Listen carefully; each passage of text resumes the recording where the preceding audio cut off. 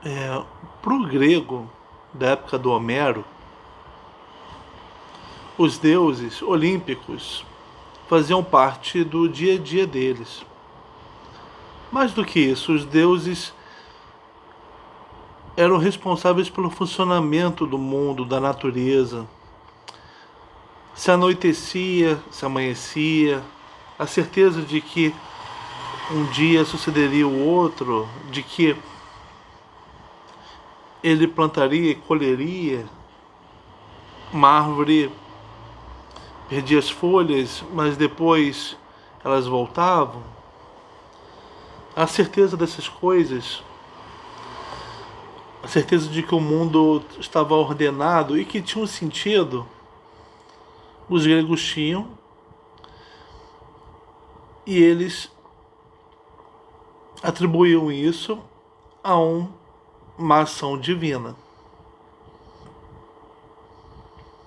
Os deuses também eram fruto da terra.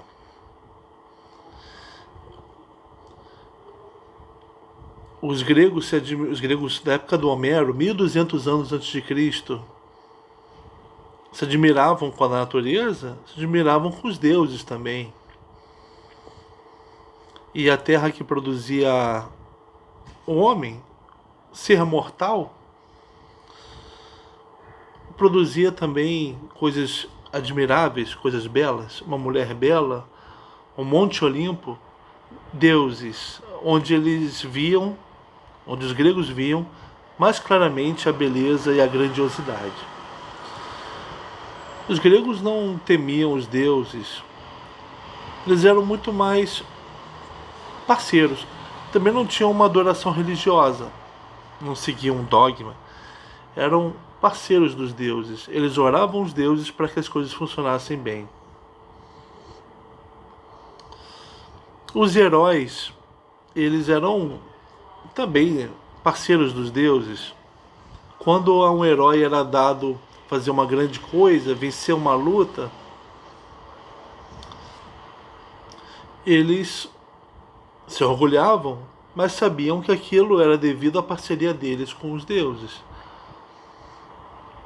O herói, ele agia, a motivação poderia vir dele, mas os deuses interferiam decisivamente, provocando uma decisão, provocando uma ação. Telêmaco, no começo da Odisseia, sentia a falta do pai, meio que estava quase esquecendo o pai, não esperava mais vê-lo. A Atena colocou no espírito dele o interesse de procurar saber sobre o pai. Aquiles, quando foi desonrado por Agamenon, no começo da Odisseia, puxou a espada para matá-lo. A Atena o conteve, falando: olha, não faça isso, porque futuramente você ficará bem. Coisas boas te esperam. Aquiles se conteve. É uma coisa absurda Telêmaco procurar o pai? Ulisses não matar Agamenon? Não. É uma coisa natural, uma coisa que poderia ter acontecido. Foi a influência dos deuses. Quem viu poderia ver isso. Provavelmente os deuses, Atena interferiu, porque teve um bom desfecho. Os gregos da época do Homero, né, não entendiam que como eles eram frutos da terra, assim como os deuses, né, os gregos não achavam que tinha uma existência independente, uma existência independente do mundo, independente dos deuses. A vida, ela soprou vital que veio deles, veio para eles, né? E vai sair deles. O corpo será entregue para a terra. Os homens não se viam como tendo uma existência espiritual própria. Se aproximando do século V a.C., desenvolvimento da filosofia, da investigação racional sobre o mundo, sobre o homem também, amparada nos mitos, mas racionalizando os mitos, os deuses vão ser vistos, os deuses olímpicos vão ser cada vez menos vistos como fazendo parte do dia a dia dos homens e vão sendo vistos como conceitos, a ideia do belo, do bom, do justo. Os deuses vão começar a ser as ideias que guiam os homens.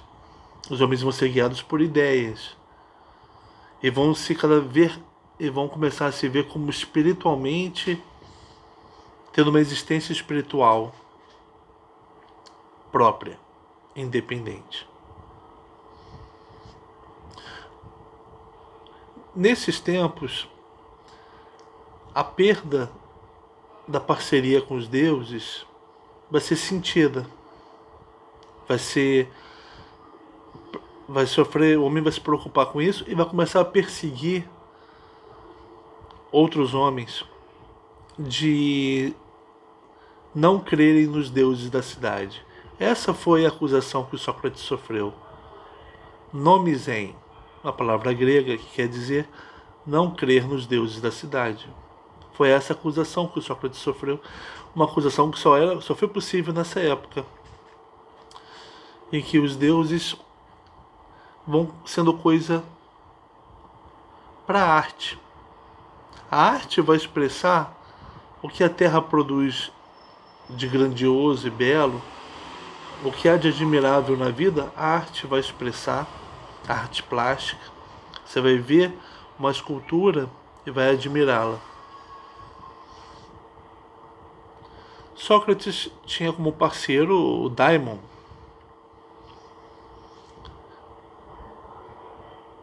Mas o homem vai cada vez mais perdendo a convivência com os deuses, a chegar no ponto que no cristianismo e nos outros monoteísmos, Deus vai sair do mundo. Ele vai ser aquilo que precisa ser... Exige uma conversão. Você, na tua vida, você deve ser convertido a ver uma coisa que você não via antes. Aquilo que parecia inegável que existissem deuses no Olimpo ordenando as coisas, todos os povos daquela região acreditavam nos mesmos deuses, era inegável, ninguém questionava. Vai começar nos monoteísmos, vai começar a exigir uma conversão para que se reconheça o Deus, a existência de Deus e a ação dele.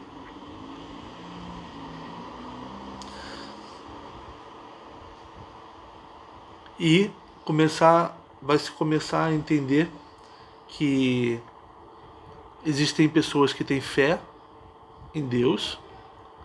A fé em Deus vai ser uma questão dos convertidos, daqueles que veem algo especial, e não mais vai ser uma fé na própria vida, na própria natureza, que é ao mesmo tempo fé nos deuses olímpicos.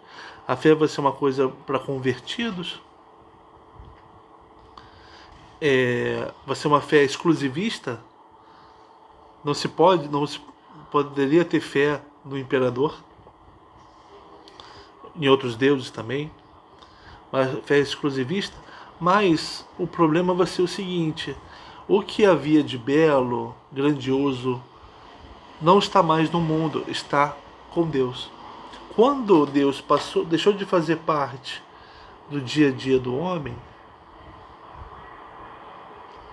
o que havia de belo e grandioso foi para ele, e o mundo se tornou apenas o lugar que produzia degradação. Estou falando isso a partir desse livro aqui, do Bruno Snell, A Cultura Grega e as Origens do Pensamento Europeu,